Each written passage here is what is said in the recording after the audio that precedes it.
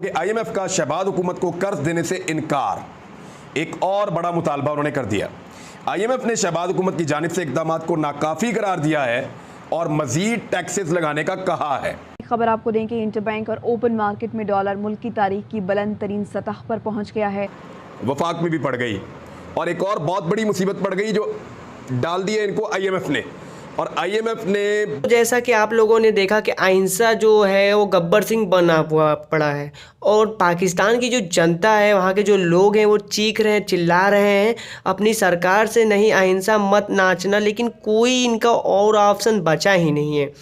पाकिस्तान के पास अब बड़ी बात देखो कि आईएमएफ को पता है कि जब तक कि आईएमएफ इस भिखारी को पैसा देगा नहीं, क्योंकि उसकी इतनी कैपेसिटी नहीं है। इस लोग ने सबसे पहली बात तो बड़ी अफवाह फैलाया कि इनको चाइना ने लोन दे दिया, यानी कर्जा दे दिया है। इन्होंने अपने पाकिस्तान के एंकरों ने इतना अफवाह फैला दिया कि दे दिया है इनको चाइना लोन पैसा, लेकिन ऐसा कुछ भी नहीं है। वैसे एक बार इन्होंने, पाकिस्तान वालों ने, ये गए थे सऊदी के पास कर्जा लेने के लिए, लेकिन उन्होंने कर्जा दिया नहीं था। वो अपने आपस में डिस्कस कर रहे थे कि इन फ्यूचर उनको दिया जाएगा, लेकिन उनको अभी दिया नहीं गया है। उन्होंने, सऊदी वालों ने बोला कि अभी आप काम चलाइए, तो उसके बाद में आगे देखते हैं कि देना है या नहीं देना है।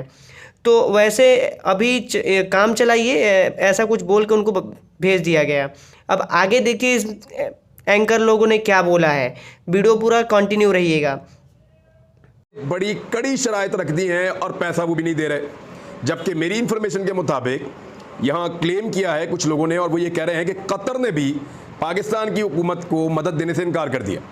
यूएई ने इनकार किया, सऊदी अरब ने इनकार किया, तुर्की ने इनकार किया, अमेरिका ने इनको कुछ नहीं दिया, चाइना ने इनकार किया और उसके बाद अब कतर ने भी कर दिया। इसके साथ साथ हुकूमत को भी कुछ माशी इस्तेहकाम की तरफ ये बात लेकर जाएगी। उसकी वजह यह है कि पाकिस्तान के फॉरेन एक्सचेंज रिजर्व जो थे वो आहिस्ता आहिस्ता ग्रेजुअली उनमें कमी आ रही। इंटरबैंक में डॉलर ₹1.54 महंगा होने के बाद ₹205.40 पर ट्रेड किया जा रहा है। फॉरेक्स डीलर्स ये बताते हैं कि ओपन मार्केट में डॉलर ₹206 से ₹208 तक फरोख्त हो रहा है। जिस तरीके से रुपए की बेतौकीरी हो रही है, शायद पाकिस्तान की तारीख, ये 2008-9 के बाद भी बुरा वक्त आया, लेकिन ये जो जिस तरीके से बेतौकीरी हो रही है, ये तमाम की तमाम जिसे कहते हैं नालायकी और इन पे अदम एतमादी है। ये और कोई मसला नहीं है। 2 महीने हो गए हैं, 2 महीने से ज्यादा हो गए, मुल्क में $1 जो है बाहर से ज़र मुबादला कर नहीं ला सके, चाहे आईएमएफ हो, चाहे दोस्त ममालिक हो, चाहे डिफरेंट कमर्शियल।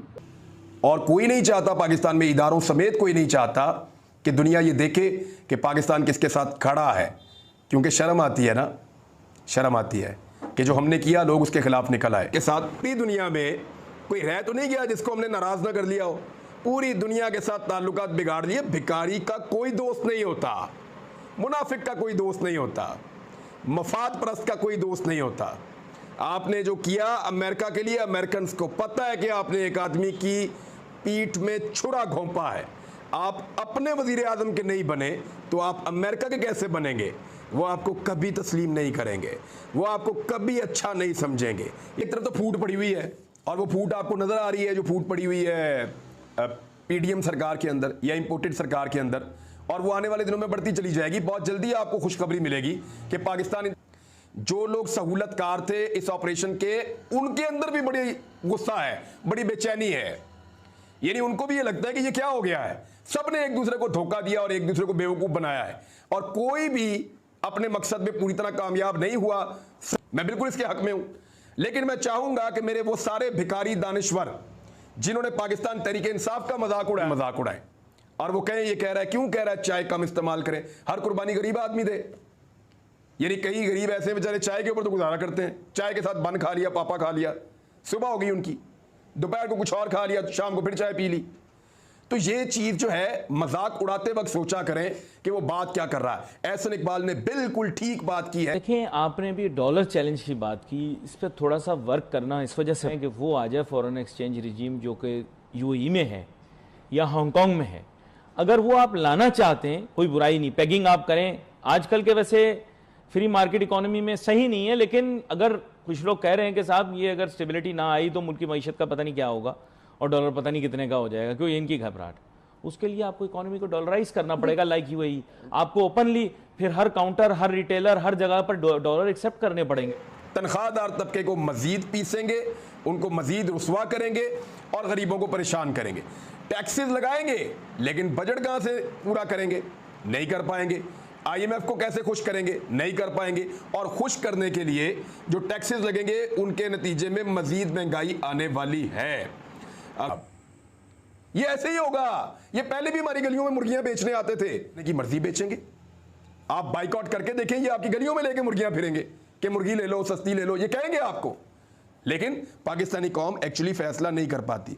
मैं एहसन इकबाल की बहुत सारी चीज़ों के खिलाफ हूं, लेकिन उनका यह कहना कि आप चीज़ों का इस्तेमाल कम करें और आप जो मल्टीनेशनल कंपनियां जो आपको ब्लैकमेल करते हैं, जो चीज़ें महंगी आपको मिलती हैं, उनकी मार्केट ऑटोमेटिक को नहीं मिल रहा। और यह सूरत हाल इस इंपोर्टेड सरकार ने पैदा की है और पब्लिक को मशवरे भी दे रहे हैं। आपको याद होगा कि पीटीआई के वज़रा ने ये मशवरे दिए थे और ये बात की थी और मैंने उस वक्त सपोर्ट किया था कि आप चीनी का इस्तेमाल कम करें, इससे ये माफिया को लगाम पड़ेगी। मैं आज भी कहता हूं कि बिल्कुल आप चीनी का इस्तेमाल कम करें, इस माफिया को लगाम डालें। ये बात ठीक है। उधर सुप्रीम कोर्ट ऑफ पाकिस्तान ने एक और पोल खोल दिया। ईसीएल के कवानीन थे एग्जिट कंट्रोल लिस्ट के हवाले से, बहुत सारे लोगों के नाम इमरान खान साहब की सरकार में ईसीएल में थे, क्योंकि ये पैसा बना के बाहर भेज देते हैं, फिर बाहर जाके मौजें करते हैं। उन्होंने इनको यहाँ पे रोक लिया था और इनकी इंक्वायरीज चल रही थी। तो जैसे ही हुकूमत चेंज हुई तो इन्होंने ईसीएल का कानून तब्दील किया, जिससे बेशुमार लोगों के नाम ईसीएल में से निकल गए। दानिश्वर, बेकारी दानिश्वर, वो बताते थे कि भैया डॉलर इतने का हो गया, डॉलर इतने का हो गया, जिस दौर में 160 रुपए का 165। वो अपडेट तो करना है ना। अब वो नहीं बता रहे, वो चुप करके बैठ गए। शायद कोई लोग नेपाल चले गए या कहीं और चले गए, बहरहाल जा भी गए। तो मैंने ये किया कि अब मैं बता देता हूं, दोबारा 1 रुपया 64 पैसे महंगा हो गया और पहली मरतबा पाकिस्तान की तारीख में जो डॉलर है वो 205 रुपए 50 पैसे पर फरोख्त हो रहा है। जो मेरे भिखारी दानिश्वर हैं, जिनको बड़ी फिक्र रहती थी हमेशा डॉलर की 8 आने कीमत बढ़ने के ऊपर, 20 पैसे 25 पैसे कीमत बढ़ने के ऊपर, वो बहुत ज़्यादा बढ़ती है। अभी आज ज़रा कम बढ़ी है, डॉलर में 1 रुपया 64 पैसे मजीद महंगा हो गया है। अगर वो मेरे वही वाले दोस्त बताते रहते ये बातें, तो मुझे तो कम से कम ये वाले काम ना करने पड़ते ना। दोस्तों, उम्मीद करता हूं कि वीडियो आप लोगों को पसंद आया होगा, और पसंद आया होगा तो वीडियो को लाइक कर दीजिएगा, और ऐसे ही न्यूज़, लेटेस्ट इंटरनेशनल न्यूज़ देखने के लिए चैनल को सब्सक्राइब कर दीजिएगा। धन्यवाद।